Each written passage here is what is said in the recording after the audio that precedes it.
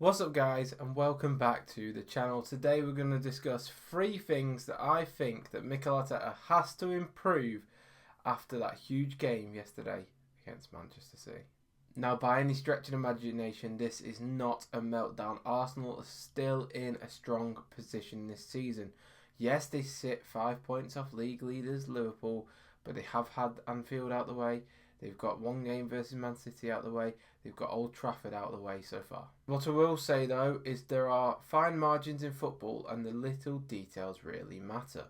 So let's dive in and see the 3 areas in which Arteta has to be braver, smarter and a bit more ruthless if Arsenal are going to cross the line and get that Premier League title. I think we're going to have to start off with the easiest mistake to rectify. He needs to be braver with his starting lineups. We saw against Manchester City when the team news dropped that I think Arsenal fans were surprised a little bit to see Leandro Trossard starting over Gabriel Martinelli when Martinelli was the one who transformed the game against in midweek in the Champions League. Or alternatively, that Merino was starting over Eze. Now, Trossard, I think, is a quality player. Don't get me wrong. He gives us control. He links well. But against teams like Manchester City, you need dynamism. You need direct running. You need someone who can pin back the backline of City, who, let's be honest, were quite inexperienced. You had Kirshenov, or whatever his name is, on the right back. He's a very good player. But on the left back, they had O'Reilly, who naturally is a number 10. And we need someone who could really act up against him, especially in the second half when sort of Madueke was forced off injured. Now that was Saka and we did swap wings. That was something that I saw today. There was a period where Saka went over to the left and Martinelli went over to the right. But Martinelli offers that more dynamism than Trossard does all day long. There were positions where we could counter-attack and Trossard just didn't have the legs that Martinelli offers. Or even playing Madueke on the left and Saka on the right. Anyway, Martinelli had the momentum, he was sharp, and in these big fixtures you need to trust your match winners. Instead, we gave Manchester City defence a bit of a breather with Trossard, who just doesn't stretch teams in the same way. Then there's Mikel Merino. This one is clearly a tactical option. Merino is solid, he's tidy, and he can carry a ball up the pitch. But in his game, and in this game, the role that he played and the type of player he is just didn't fit. We needed someone who could pick the pass between the lines on the counter or on the high press in the first half. We needed someone who could nip the ball round the corner and get it to Madueke a little bit quicker. There were times when Mikel Merino would be bearing down on the counter-attack and then turn back to the defender and play it backwards. I feel that Declan Rice and Mikel Merino are very similar profiles of player when it comes to bringing the ball forward out of defence or attacking the box. But I just think Declan Rice is superior in nearly every aspect of that game. And therefore, in the midfield, when it's Merino, Zubimendi, Rice, it feels like you've got too much of a similar profile in the Rice and Merino roles.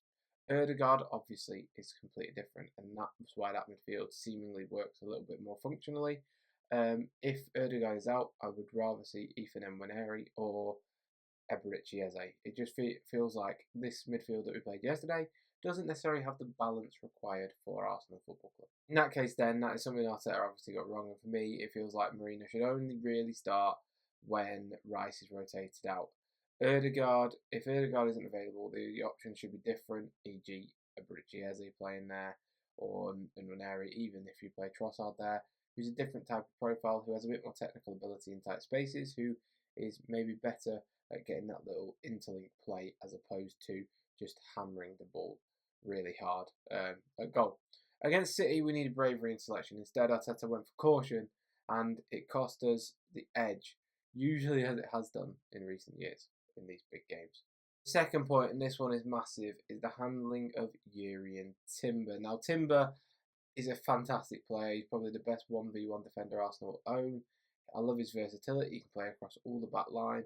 But in this game, 2 big issues popped up. First of all, that yellow card. He picked it up early for bringing down Doku in the second half, I believe it was. And once you get booked against someone like Doku, you are on thin ice.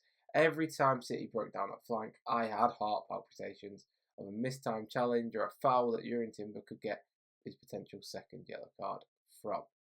And not only that, the risk factor alone should have made Arteta bring off Timber to sort of make the game a bit safer for Arsenal, especially going forwards. But there's a second reason that links to this. Now, I think Timber's a great player, but our lack of forward progression sometimes is because of that right side, especially when you've got the relationship of Saka and White on the bench, and you bring Saka on because of Madueke's injury, then bring on Benjamin White. Timber is great defensively, but he doesn't offer the overlapping runs or quality from wide areas in delivery that Ben White does. That means Saka that doesn't get his usual support that he thrives on, especially if you're going to bring him on when he's probably got a slight hamstring injury still. Normally when Ben White plays, he overlaps intelligently, creates little overloads on that right-hand side pocket. Yes, it's with Ødegaard as well, but he gives another option to disrupt City's back line, which when they're playing a 5 at the back, you desperately need. With Timber, that just wasn't there. So for me, in like the 55th minute, I would have brought Ben White on for Timber to make that tactical change in profiles in that position. So for me, this is a classic one of in-game management. Around the 60th minute, Ben White should have come on, definitely, in my opinion. This is just me, though. I know a lot of people love Jurgen Timber. Fresh legs, tactical disruption, and importantly, he is not sitting on a yellow card at that point in the game. That one change could have made us be less predictable and added a new way in our attacking play, but it also would have meant we wouldn't have had to be as cautious when defending with Jurgen Timber, as in Ben White could just fly through someone and pick up another yellow if need be, whereas Jurgen Timber had to be careful not to dive in on a lot of opportunities when Doku ran at him. Finally, the third point is a bit more niche, but honestly I think it's so underrated, and it's Arteta not using the crowd in big games. Think back to 2 seasons ago, just after COVID. Arteta was constantly doing this, whipping up the Emirates crowd, building up the atmosphere. He was like a cheerleader on the touchline. People laughed at it. Rival fans called it cringe. But there is a thing. It works. The crowd is that 12th man. The crowd needs to get on the team's same wavelength. And they responded when Arteta did that. And the players fed off it. The Emirates became a real hostile place to play and became a fortress. We needed the crowd today to be whipped up a bit more. Now, in this game against City, there were moments where the energy did start to build and could have been harnessed. Take Calafiori's header that just went wide. The crowd started getting up, started being louder, and we just needed a bit more of an oomph. The place was buzzing, but it fizzled out. That's just what happened. And that was the moment Arteta had to then go, come on, get going, turn up the crowd, get them louder and turn on the pressure against City. Last season, we saw Ødegaard and Gabriel Magalhaes take on that role. But this year, especially against the biggest team so far, I think Liverpool, granted it was away sport, so it's a bit harder to be heard in that atmosphere at Anfield.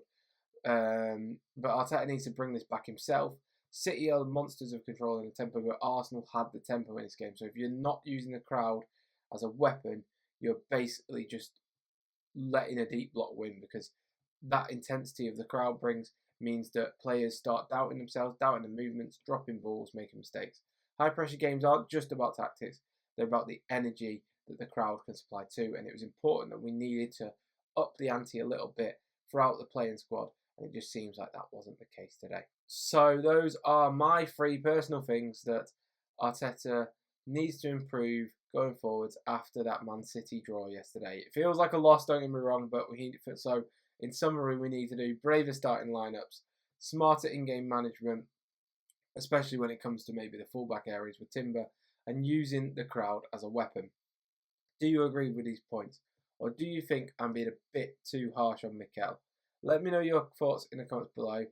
Don't forget to like the video if you did enjoy for more Arsenal related content from me. Thank you very much for watching, and I'll see you next time. As always, goodbye.